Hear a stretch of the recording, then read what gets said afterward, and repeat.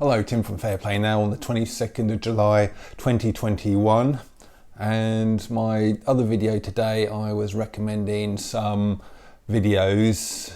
There's one all about dodgy oil, which is hilarious, but the way I told you to find it was a little bit convoluted. I've since found that you can find that one on YouTube. Well, it's actually on YouTube.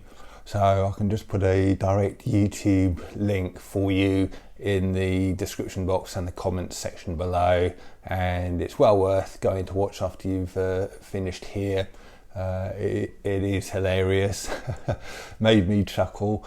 And another little bit of news like that is, well, I know many people who watch me know Carl Vernon, and he has got a site, carlvernon.com, and he has just started doing uncensored videos on there. He's literally just got one there at the moment, which is all about Keir Starmer and the Labour Party's U-turn, rapid U-turn on the sort of passport situation today, where first of all they came out early on saying that they'd be opposing it, and within the hour they'd changed their tune to be kind of not quite so opposing it. And he's got a short video on here on YouTube, but he's got a much more uncensored one on his own platform. So you can, if you're interested in watching him uncensored, that's where you can find him now. I'm sure he's going to be putting a lot more videos on there in due course. So what he was talking about as far as the Labour Party is concerned is basically you can't trust any of these people, whether it's any of the major political parties, any of the major institutions, and they're kind of all cut from the same cloth and just completely untrustworthy.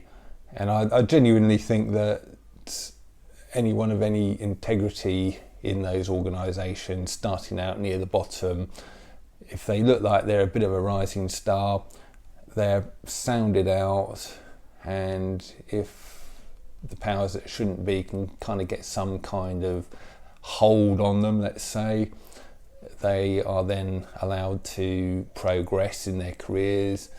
And if they can't, well, then they're just sidelined, I suppose you could say. It reminds me of a story that my mum told many, many years ago. She kind of divorced my dad fairly early on in my childhood, and after the divorce had all gone through, she met another guy and then ended up marrying him. And he was quite, he's a very clever guy, and he had a first class honours degree from Oxford in chemistry. And, you know, so you've got to be pretty brainy to get that for starters.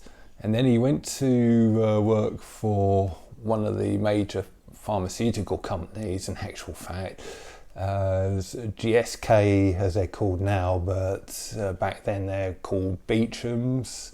And he was involved, I think he was involved with like the sort of marketing department and stuff like this, with Beecham's powders and all that sort of stuff. And he could have gone all the way up to the top of that company, right up to the board level, or even the sort of CEO. He really was that clever. But he kind of recognised early on that in order to progress beyond a certain point, you had to become really a very, very nasty person indeed. You know, real backstabber and kind of all, you know, compromising yourself left, right and centre. And as a guy of integrity, he wasn't willing to do that. So he just said, no, I'm not doing any of this stuff. And he was sidelined He was just sort of shunted off to the side, and I think he became their marketing manager in the Netherlands and Germany, which back then, we're talking back in the 60s or early 70s, those countries were very much kind of a backwater as far as the efforts of this company were concerned. The main sort of focus was on in this country and maybe the USA as well, perhaps. So I've got a kind of a first-hand example of how, if you're a person of integrity, you just cannot go up sort of past a certain level in these big institutions.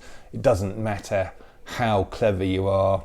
And obviously, he, as I've said before, he was a very, very clever guy. But because he had integrity, no, he couldn't go higher than a certain point. And as I say, we're going back many decades as well. So it's not a new thing whatsoever. So I think when we eventually do win this thing, and I do believe we will be winning this thing, you can sort of rest assured on that, because good always prevails over evil. It might take some time, but we will prevail.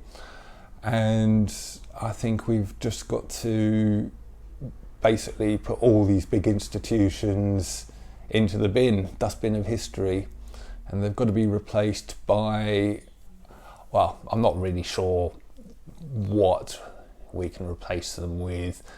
I'm not really going to sort of postulate any ideas here, but apart from the fact that I think everything should be a lot more decentralised, we can't get into the situation where just a few big companies rule the roost in every sort of sector you can think of, or where a few major parties rule the roost in the political arena.